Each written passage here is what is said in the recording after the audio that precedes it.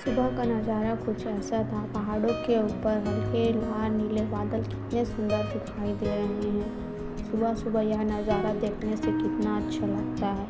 चिड़िया भी यहाँ पे उड़ रही है। ये है मेरा हॉस्टल, जैसा कि आप देख सकते हैं। और यहाँ पे लगे हुए हैं तरह तरह के पौधे, विद्यापति और फ्लावर वाले पौधे भी।